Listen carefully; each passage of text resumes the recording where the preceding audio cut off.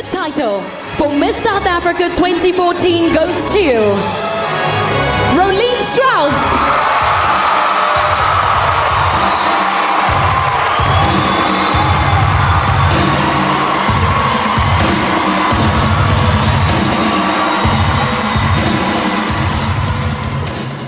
I still remember thinking how I'm going to smile, because I'm so overwhelmed and I'm really happy about what just happened.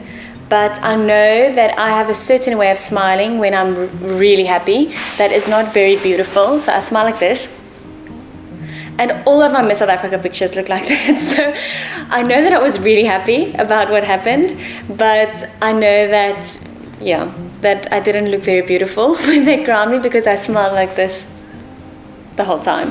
So yes, it feels like ages ago, and I can't imagine that moment changed my life completely. In that moment, I went from being a 21-year-old normal student to Miss South Africa, and it was such a responsibility, and yes, it changed my life forever. I wouldn't be seated here where I am if it wasn't for that moment. So I'm grateful for it, but I still can't get over that smile.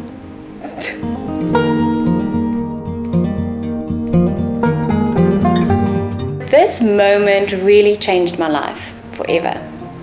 And I still remember having a lot of interviews during my year as Miss South Africa, and in most of the interviews people asked me, what did you have to give up to be who you are now? What did you have to give up to become Miss South Africa? And I never felt comfortable sharing the things that I had to give up because it might seem ungrateful, but there were so many things that I had to give up. I loved the experience of being Miss South Africa, being exposed to so many things, traveling, being busy, doing things that I never thought I would be doing, but there were a lot of things that I gave up. And the first thing that I had to give up basically overnight was my youth. I was 21 years old when I got crowned, and before the night it was fine for me to act like a 21-year-old. I laughed when I wanted to laugh. I said what I wanted to say at times that I wanted to say it, and that was fine because I was just a normal 21-year-old girl.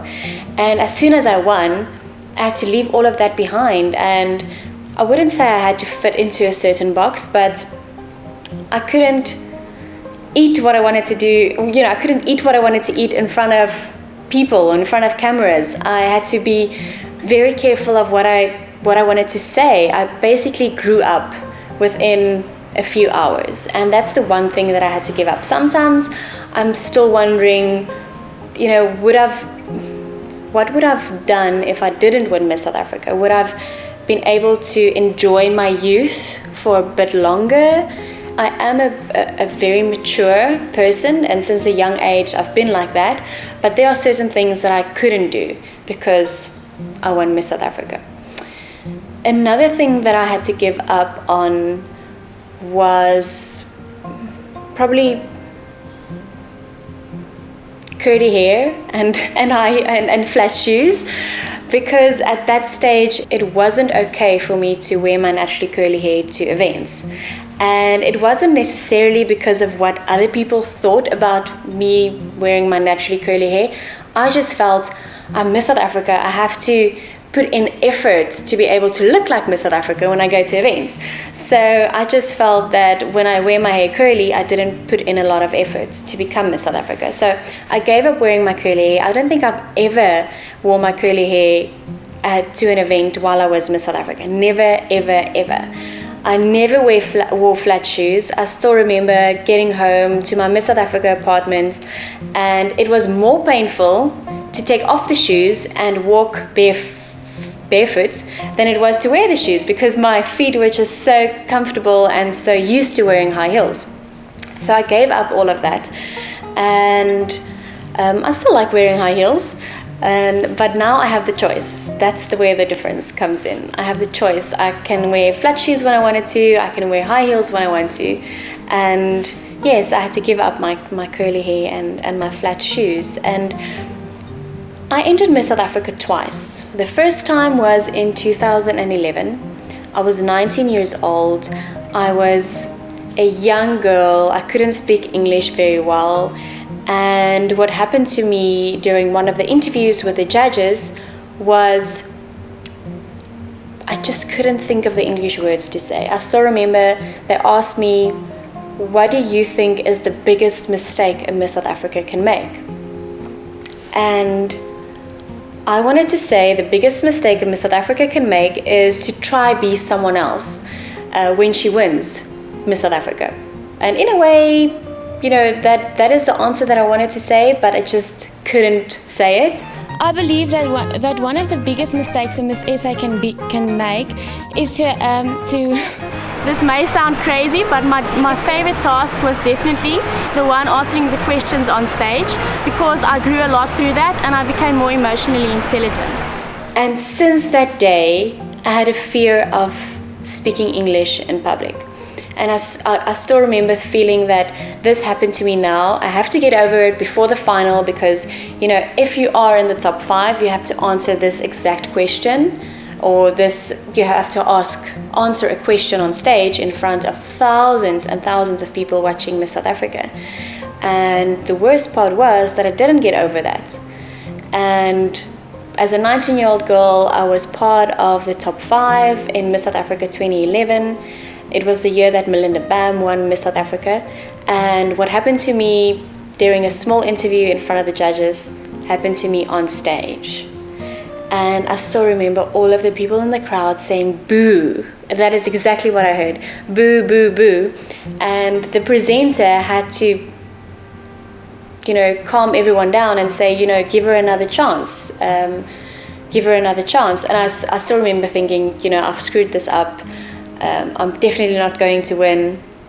And for me to have won Miss South Africa in 2014, I had to give up my fear of public speaking. I've realized that it's fine for me to have an Afrikaans accent. It's fine for me to not always have the words to say, and people won't judge me, for it. If I speak in English, I think in Afrikaans, and then I translate it into English, and then I have to speak. So thank goodness, this is my YouTube channel. So if I don't know how to say certain things in English, dan sal ek net in Afrikaans praat en ek sal vir julle onderskrifies bysit. So ek kan net baie meer gemaklik wees. So I did have to give up my privacy when I became Miss South Africa. The thing that was worse, or the one thing that I struggled with was knowing that I had a lot of eyes on me. And in a way, I felt like I had to change who I am because of all these eyes. And that changed, I realized that I will have a lot of eyes on me. It's not something that I can throw away. I can't turn back the clock and not have that happening to me. But what I can do is actually just be myself and not care about what people think if they have eyes on me. So that is exactly what I'm going to do at the YouTube channel as well, to share who I am as Rolene Strauss, not as Miss South Africa or Miss World. So I'm giving away my, I don't have privacy. People will be watching the YouTube video, but I'm deciding to share who I really am. And in that way, it's not that bad for me anymore. Another thing that I had to give up was my studies, my medical studies, which was very difficult because I knew that I wanted to become a doctor, I wanted to finish my studies, but I have this opportunity to become Miss South Africa. So what do I choose? Is there a way that I can become Miss South Africa and finish my studies? So luckily I found a way. I went to my decan. In Afrikaans it's your decan. So he was the head of the University of the Free State at that stage. And I told him, I'm entering Miss South Africa again and I really want to win. And if I win Miss South Africa, I most probably will be going to Miss Universe or Miss World. And then if I win that would be 2 years that I'm not going to be able to study. And he looked at me and he said, give me a few days. I'm going to look at your marks first before I'm going to allow you to pause your studies for 2 years. And yes, he allowed me, and I'm so grateful for that. But it was difficult to give up my studies. I still remember the most difficult part was seeing all of my friends graduating, and here I am still having to do 2 years of medical studies. So it was very difficult to give up my studies.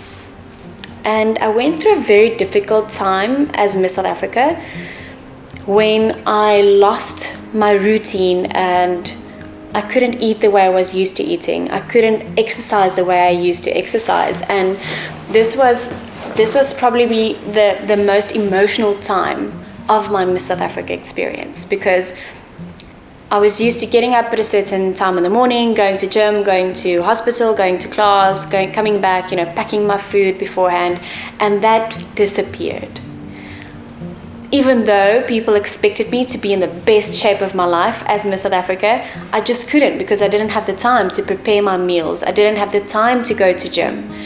And when I went to events, people just wanted to feed me. They wanted to spoil me, and they were looking at what I was eating constantly. If I didn't eat them, like, what's wrong with you? Why aren't you eating? And if I did eat cake and samosas and, koeksisters, they wondered, well, this is not a way that a Miss South Africa should eat. So I was never just allowed to do what I wanted to do at that stage. So I did gain a lot of weight as Miss South Africa. I think the biggest I've been was during my Miss South Africa reign. And I still remember attending an event where I felt so uncomfortable in my own skin. And that exact picture spread through the media, and a lot of people started posting, is she going to be ready for Miss World? She gained so much weight, but I couldn't explain to them why I gained this weight and how difficult it was for me to be Miss South Africa, and there was so many things that was expected of me as Miss South Africa. So I remember reading through the article and all of the comments, people saying, she looks pregnant, she'll never win Miss World like that. What else? And all of these comments started becoming a reality for me. And it was a very emotional mind shift that I had to make. And my mom actually came to live with me for a few weeks before I went to Miss World to help me. She prepared my food for me. She made sure that I had time to exercise. She supported me. She motivated me. And that is what got me through. And I think a lot of women face that, at some stage in your life, you don't have the time to do what you want to do to look after yourself. And as hard as it was physically for me, it was even worse mentally. But so I gave up my routine during Miss South Africa.